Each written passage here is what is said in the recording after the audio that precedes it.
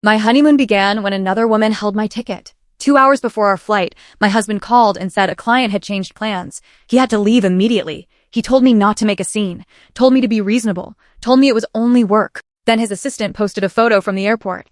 She was smiling at the camera, coffee in one hand, a boarding pass in the other. I zoomed in. Same airline, same gate, same departure time, mine.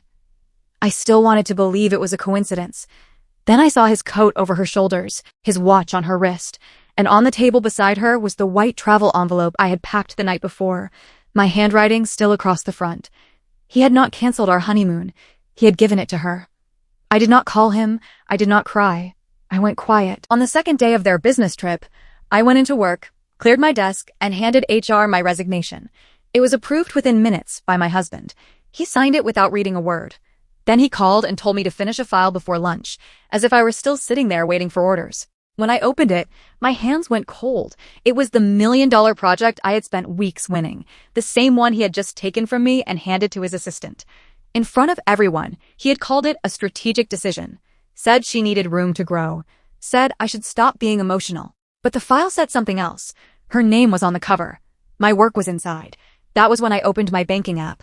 First came the small charges I had ignored before. Makeup, dinner, drinks, then the bigger ones, a designer bag, a luxury hotel, a late-night bar tab. Then I found the charge that killed every excuse I had left, an airport boutique purchase, less than an hour before boarding. In her photo, that same shopping bag was hanging from her arm. While telling me the company needed every dollar, my husband had been using my card to pay for their trip. I went straight to the bank and froze it. He called almost immediately.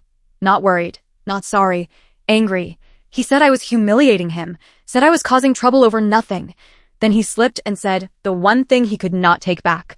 They needed the card for dinner. They? I stared at my phone and finally stopped lying to myself. I sent one message.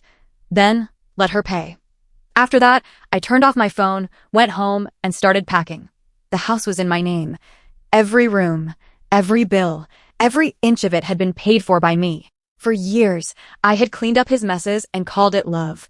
This time, I packed the last of my things, took the papers he had already signed without reading, and went to the courthouse. When I came back, I heard laughter inside my home. I pushed open the door and stopped.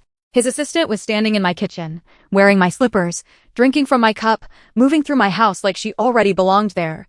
My husband looked up, saw me, and did not even pretend to be ashamed. He only frowned, like I was the one interrupting something. Then he said she would be staying here for a while. I looked at both of them, reached into my bag, and pulled out the file. He took it with a smile. He still thought I was there to fix something. He still had not seen the title.